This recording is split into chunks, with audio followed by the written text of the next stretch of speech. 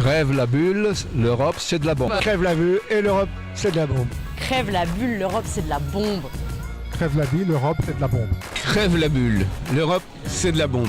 Aujourd'hui, Crève la bulle, l'Europe c'est de la bombe, vous emmène en voyage à travers les villes intelligentes, les smart cities en Europe.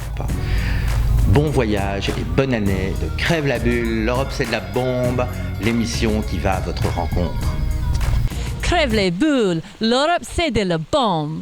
La Smart City, la ville intelligente, les réseaux électriques intelligents d'énergie, la mobilité et beaucoup aussi le sujet des données, puisque moi-même je suis également impliqué dans le lancement d'une nouvelle société sur le traitement des données.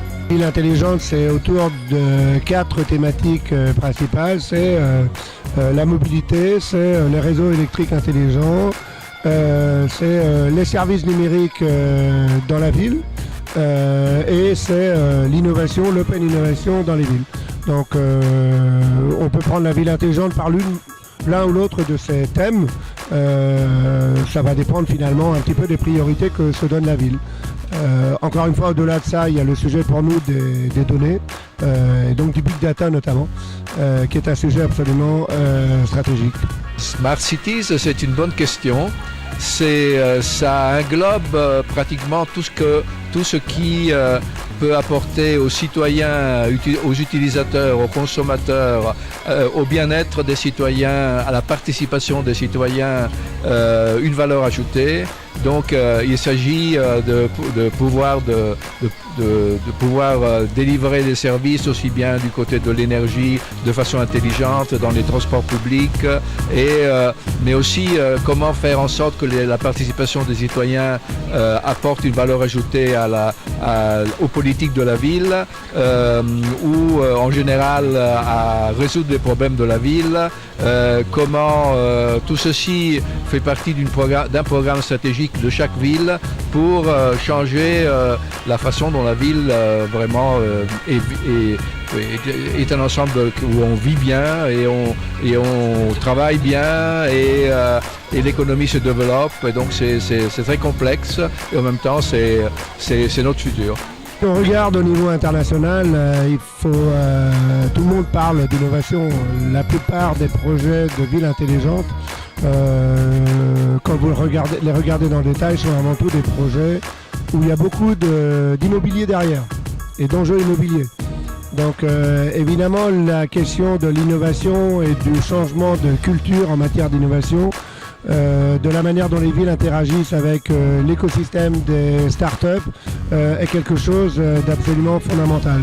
Je ne suis pas sûr qu'elles aient fait tout ce choix-là, mais pour moi, la mise en évidence, en valeur de cet écosystème, dont les villes ne perçoivent pas toujours la richesse sur leur propre territoire, est absolument quelque chose de fondamental et il y a peut-être le point de départ essentiel. Être leader dans les Smart Cities, c'est certainement avoir une stratégie complète. Donc, si je parle de mon pays qui est l'Italie, en vérité, moi je dis que mon pays est l'Europe. Mais disons que mon pays est l'Italie. Oui, Turin par exemple est un très bon exemple, Milan aussi. En France, Paris évidemment, mais Grand Lyon et Lyon en général, ils ont réalisé des choses très intéressantes.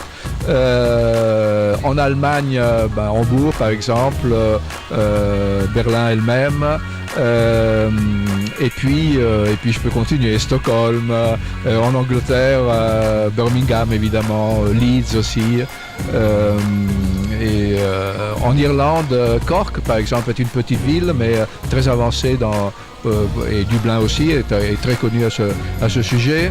Donc je dirais qu'il y a plein d'exemples en Europe. Et aussi ailleurs. D'ailleurs, parmi nos membres, nous avons beaucoup de membres en Israël. Une des villes les plus avancées du monde, c'est Tel Aviv.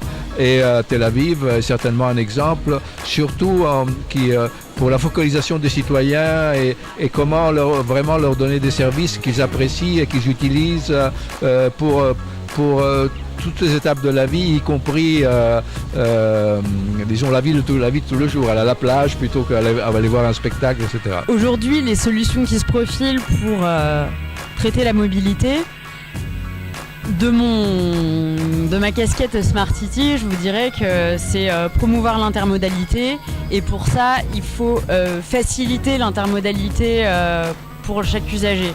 C'est-à-dire que chaque fois qu'on change de mode de transport en commun ou des offres de transport type autopartage, on a du mal à avoir l'information, on ne sait pas forcément combien de temps, ça met beaucoup de temps et on perd un peu d'énergie.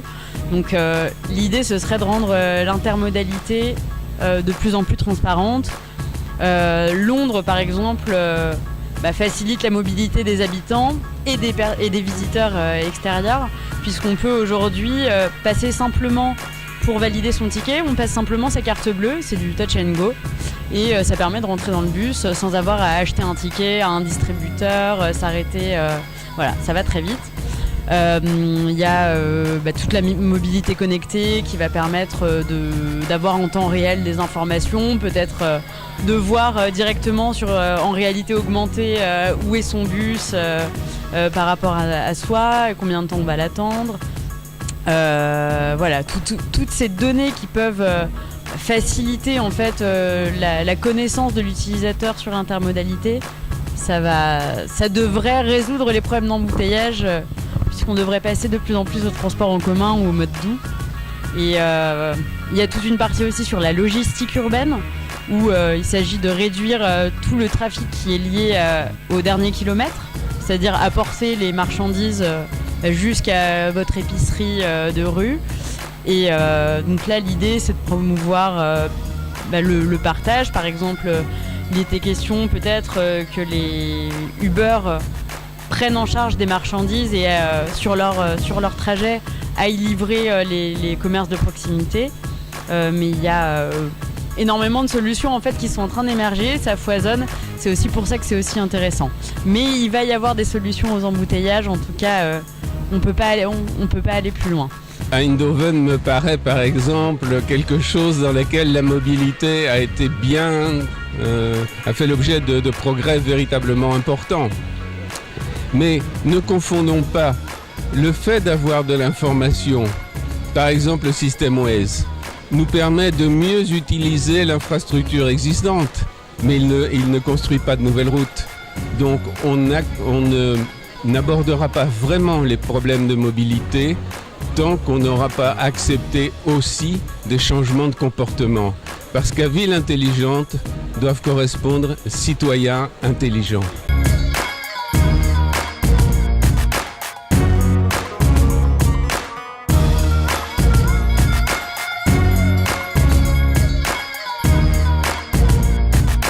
Restez tuned sur Almoutine pour un nouveau numéro de Crève la bulle, l'Europe c'est la bombe.